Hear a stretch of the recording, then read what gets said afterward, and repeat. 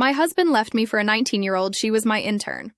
You've been spreading your legs for my husband, haven't you, you desperate little secretary?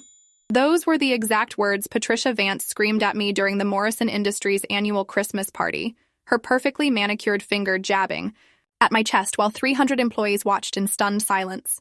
The crystal champagne glass in her other hand trembled with rage, and her Botoxed face was twisted into something ugly and accusatory. My name is Marcus Chen. I'm 34 years old, and I work as Senior Financial Analyst at Morrison Industries in downtown Seattle. I've been with the company for 8 years, worked my way up from junior analyst, and I'm damn good at what I do. But standing there in my best Navy suit, watching this woman publicly humiliate me, I felt something cold settle in my chest. I didn't scream back. I didn't deny it frantically. I simply smiled, placed my arm around my wife Jennifer's waist, and said loud enough for everyone to hear, "Ma'am, you're barking up the wrong tree. This is Jennifer, my wife of 10 years. The silence that followed was deafening. Patricia's face went from red to white in about 3 seconds, but I wasn't done. However, I continued, pulling out my phone with deliberate slowness, if you're concerned about your husband's fidelity, you might want to check these text messages I accidentally received when someone gave me the wrong company phone last month. The bomb. Look that crossed her face when she saw her sister Rebecca's name on those explicit messages was something I'll never forget. Pure devastated shock. Let me back up and explain how I got to this moment. I'd always prided myself on being observant. It's what made me good at my job, catching discrepancies in financial reports, spotting irregularities in expense accounts, noticing patterns others missed. So when CEO Richard Vance started acting differently around me 6 months ago, I noticed. It started small. Lingering looks during meetings, comments about my dedication that seemed loaded with meaning, the way he'd find excuses to call me into his office late in the evening when most staff had gone home. At first, I thought I was imagining things. Richard Vance was 52, silver-haired, and exactly the kind of powerful executive who was used to getting what he wanted. He'd built Morrison Industries from a small consulting firm into a $200 million company over 20 years. He was married to Patricia, a former model-turned-socialite who spent most of her time organizing charity galas and getting plastic surgery. I, on the other hand, was happily married to Jennifer, a pediatric nurse who worked at Seattle Children's Hospital. We'd met in college, dated for 4 years, and had been married for a decade. Jennifer was smart, funny, and absolutely the love of my life.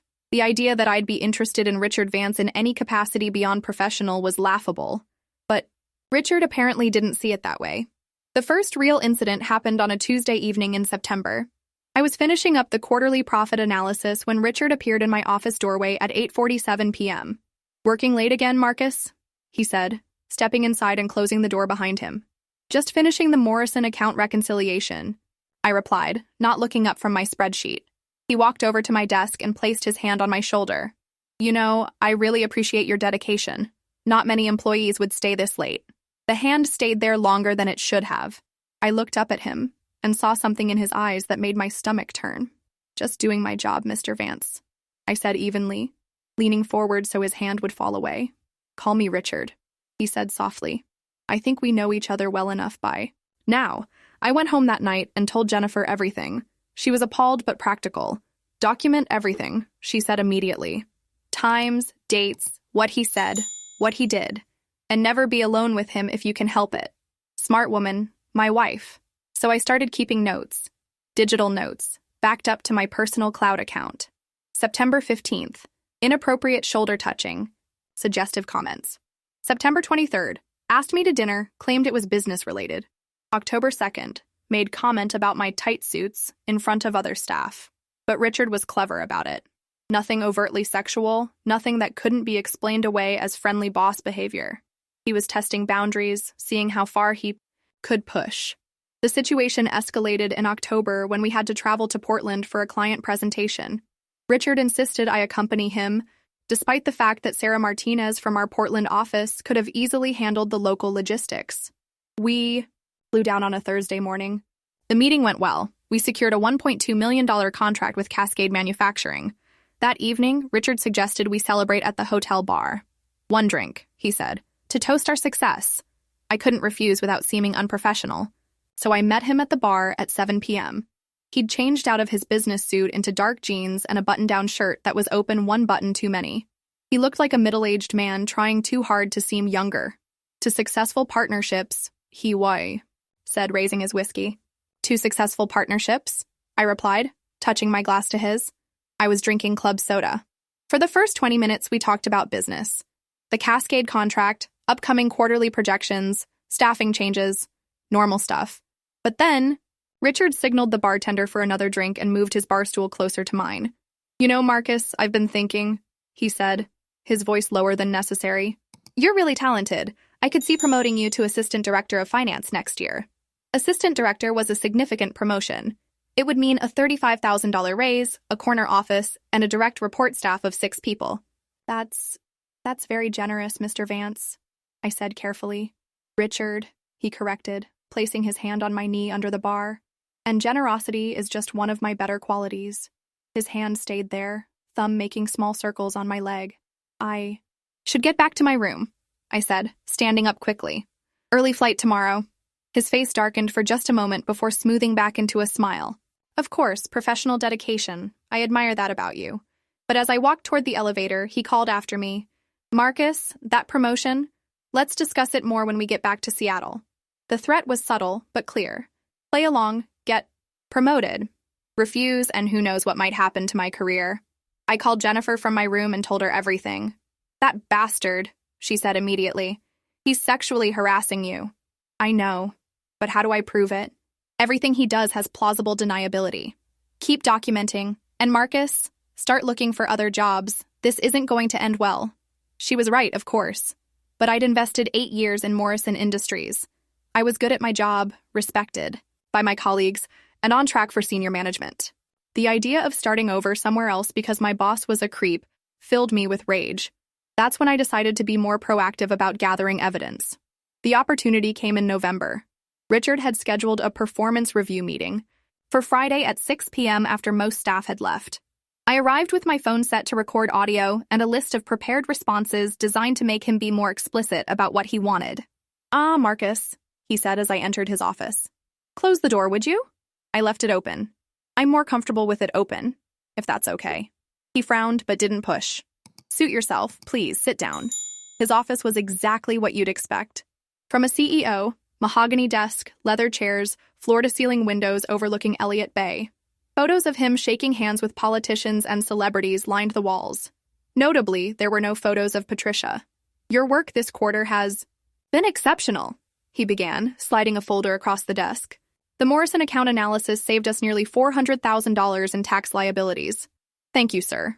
I've been thinking about your career trajectory, he continued, leaning back in his chair. That assistant director position we discussed in Portland? I'm prepared to make it official. I appreciate the consideration. Of course, executive positions come with certain expectations. He paused meaningfully. Late nights, travel, close collaboration with senior management. I'm comfortable with professional expectations. His eyes narrowed slightly. Professional? Yes. Though I find the most successful business relationships often extend beyond the merely professional. Don't you? I'm not sure I understand what you mean. He stood up and walked around the desk, perching on the edge directly in front of me. Too close. I think you understand perfectly, Marcus. You're an intelligent man. Surely you've noticed the special attention I've been paying you. Special attention? The mentorship, the opportunities, the interest in your development. His voice dropped. I could be very good to you, Marcus, but relationships are a two-way street. There it was, clear as day and recorded on my phone. Mr. Vance, I said carefully, are you suggesting that my career advancement is contingent on something other than my professional performance? His face flushed. I'm suggesting that exceptional employees deserve exceptional opportunities. How they choose to express their gratitude is up to them. I see. I stood up. I think I need to consider your offer. Don't take too long, he said coldly. Opportunities like this don't wait forever. I left his office with my heart pounding and 15 minutes of damning audio on my phone. That weekend, Jennifer and I developed a plan. You could go to HR, she said as we sat at our kitchen table with legal pads and laptops. HR works for the company. Richard is the company. EEOC complaint? Maybe. But that takes months, and doesn't protect my job in the meantime. What about finding another job first, then filing complaints? That's definitely part of it. But I want more than just to escape this situation. I want him to face consequences. Jennifer looked at me with that expression she got when she was thinking strategically. What if there's more than just the harassment? Men who abuse power in one area usually do it in others. She was right. And I had access to every financial record in the company. Over the next 3 weeks, I worked late every evening. Genuinely late, analyzing Morrison Industries' financial records with a fine-tooth comb. What I found was worse than I'd expected. Richard had been embezzling from the company for at least 2 years. Small amounts at first, $3,000 here, $7,500 there, buried in consultant fees and office expenses. But it had escalated. In the past 6 months alone, he'd diverted $127,000 in company funds to personal accounts. More disturbing were the patterns in the personnel files I could access through the financial system. 3 female employees had left the company in the past 18 months after lodging informal complaints about workplace conduct. All had been paid significant severance packages in exchange for signing non-disclosure agreements. Richard Vance was a sexual predator who used company money to cover his tracks. But the most shocking discovery came by accident. On December 8th, I was working late again when I received a text message clearly meant for someone else. Can't wait to see you tonight. Patricia's at her book club until 11. We'll have plenty of time. I looked at my phone in confusion. The number was definitely Richard's. I had it stored in my contacts. But then I realized what must have happened. The previous month, the company had distributed new phones to senior staff. Richard and I had the same model, and somehow our contacts or accounts had gotten mixed up. 20 minutes later, another text arrived. Same hotel room as last time? Room 1247 at the Fairmont? I'll bring the wine you like. R. Then the response. Perfect, darling. I've been thinking about you all day. Can't wait to get my hands on you. Rebecca. Rebecca. I knew that name from the company directory, but more importantly, I knew it from the family photos in the lobby. Rebecca Vandenberg was Patricia Vance's younger sister. Richard wasn't just a sexual predator and embezzler. He was cheating on his wife with her own sister. The texts kept coming over. The next few days, explicit messages about their affair, details about when and where they met, complaints about Patricia's nagging and coldness. It was like having a front row seat to a soap opera, except the consequences were very real. I screenshot every message and added them to my growing collection of evidence. By mid-December, I had compiled a comprehensive dossier: audio recordings of Richard's harassment, financial records proving embezzlement, text message evidence of adultery, and personnel files suggesting a pattern of predatory behavior. Jennifer and I decided it was time to act. First, I reached out to David Park, a friend from college who worked as an investigative journalist at the Seattle Times. Over coffee on December 18th, I showed him everything. Holy shit, Marcus, he said, scrolling through the financial records. This is front-page material. Corporate fraud, sexual harassment, the works. I want him to face real consequences, not just lose his job. Oh, he will. This is criminal behavior. I know Detective Sarah Chen at SPD's Financial Crimes Unit. She'll want to see this. Next, I contacted Ellen Rodriguez, an employment attorney Jennifer had found through her hospital's legal department. Ellen specialized in sexual harassment and whistleblower protection cases. You have enough evidence to pursue criminal charges, Ellen said after reviewing my documentation. But I'd recommend letting the authorities move first. It protects you from retaliation. What about the other employees he's harassed? With this evidence, they might be willing to come forward now. Predators like this rarely have just one victim. The plan was elegant.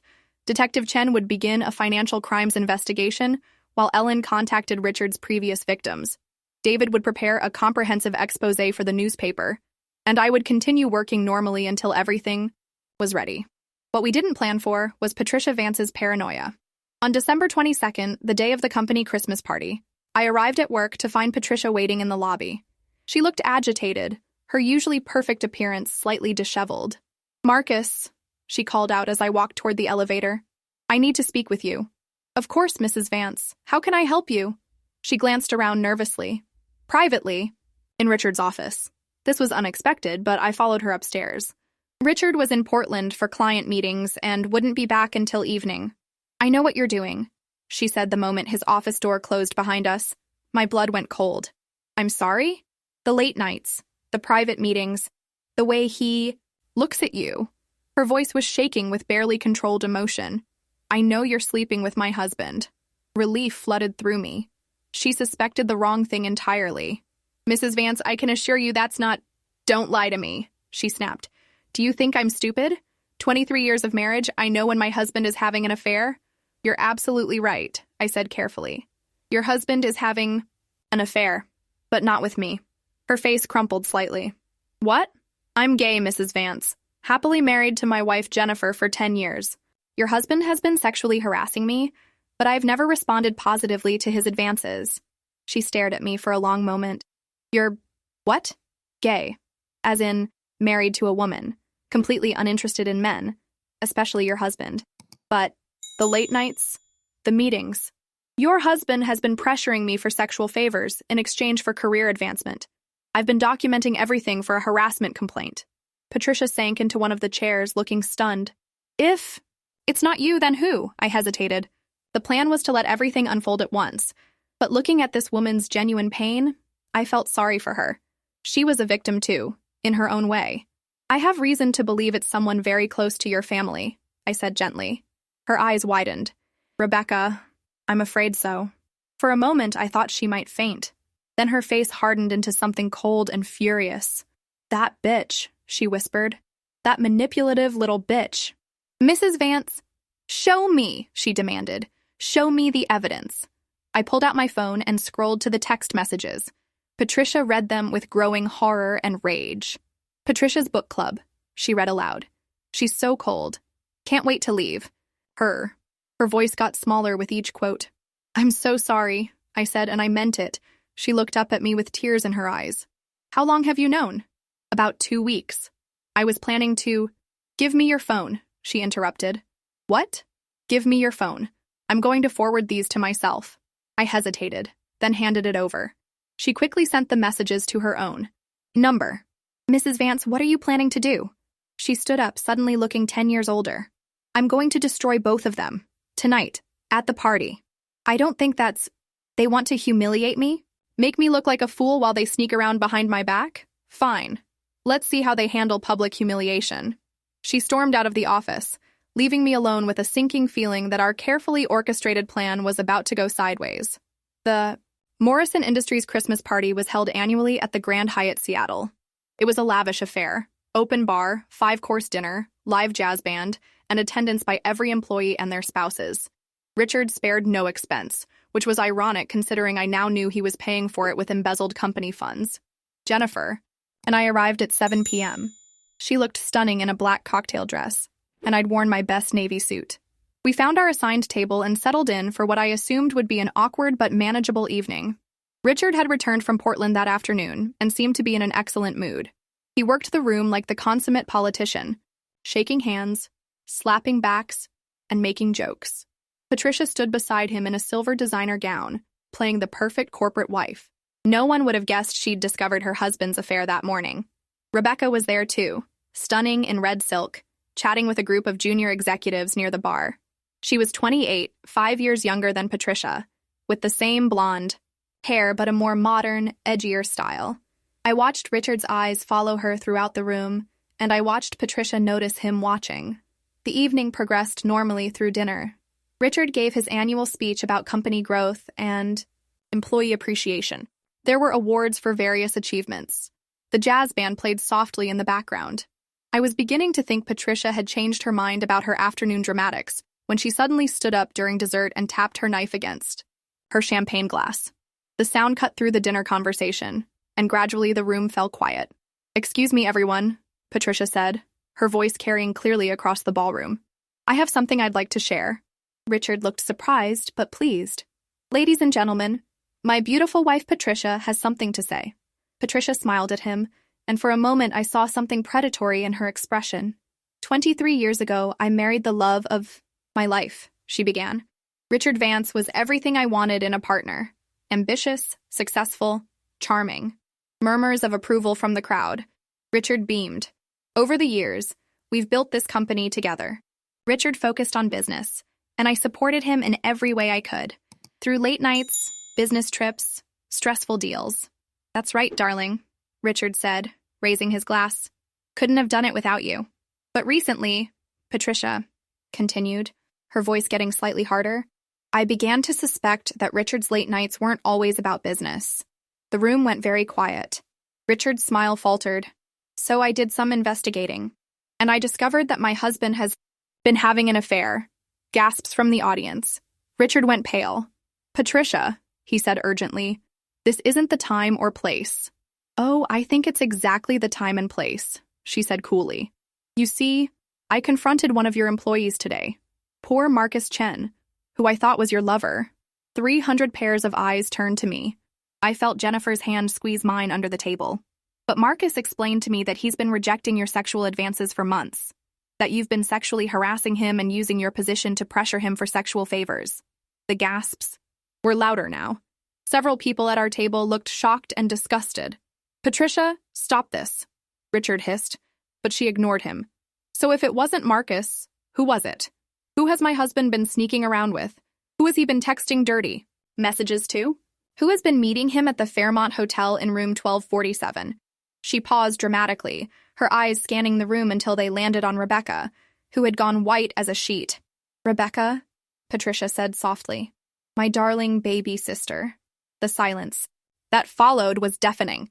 You could have heard a pin drop in that ballroom. That's impossible, someone whispered. Patricia, you're being ridiculous. Rebecca started, but Patricia cut her off. Am I? Would you like to hear some of the text? Messages you've been sending my husband? Rebecca's face crumpled, and I knew she was caught. That's when Patricia turned to me and said, Marcus, you said you had screenshots? This was my moment. I could have stayed out of it, let Patricia handle her family drama without getting involved.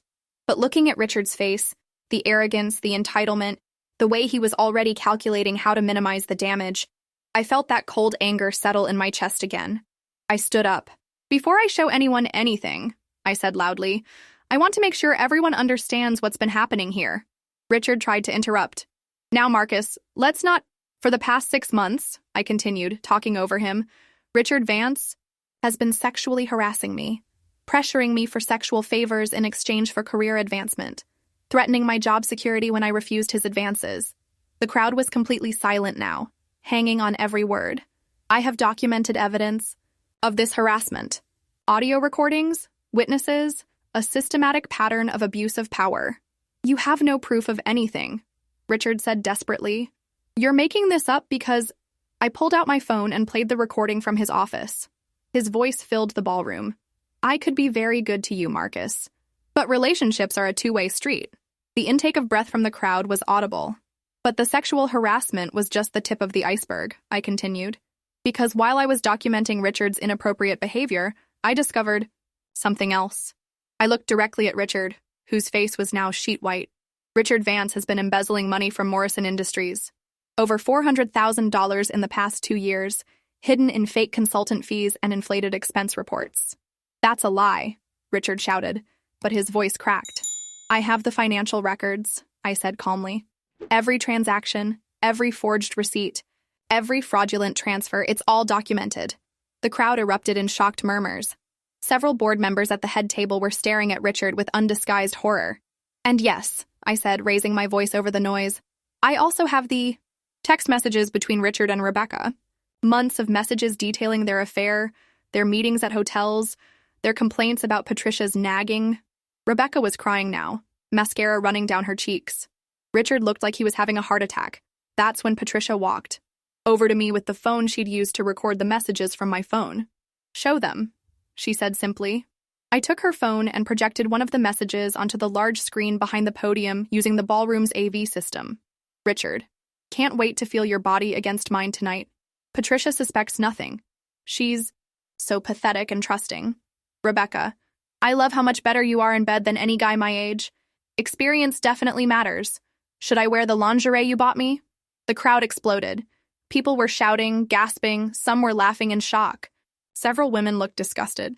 Board members were frantically talking among themselves. Richard tried one last desperate gambit. This is fabricated, he shouted over the noise. Marcus is a disgruntled employee trying to frame me because I rejected his advances. He created these fake messages to shut up. The voice came from an unexpected source. Janet Morrison, the 67-year-old founder's widow and majority shareholder, had risen from the head table. She was a tiny woman, barely 5 feet tall, but her voice carried absolute authority. Richard Vance, she said coldly, you are hereby suspended from all duties as CEO pending a full investigation of these allegations. Janet, you can't. I own 51% of this company, she said icily. I can do whatever I damn well please. Security will escort you from the premises. You are not to return to Morrison Industries property or contact any employees until further notice. She turned to the crowd.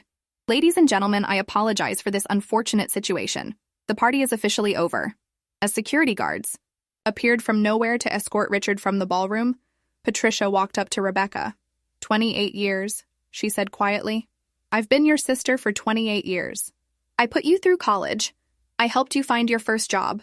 I let you live in my guest house when you couldn't afford rent. Rebecca was sobbing. Patricia, I'm so sorry. Get out, Patricia said simply. Get out of my sight and don't ever contact me again. Jennifer and I left the hotel in a daze. The entire evening had been surreal, like watching a soap opera play out in real life.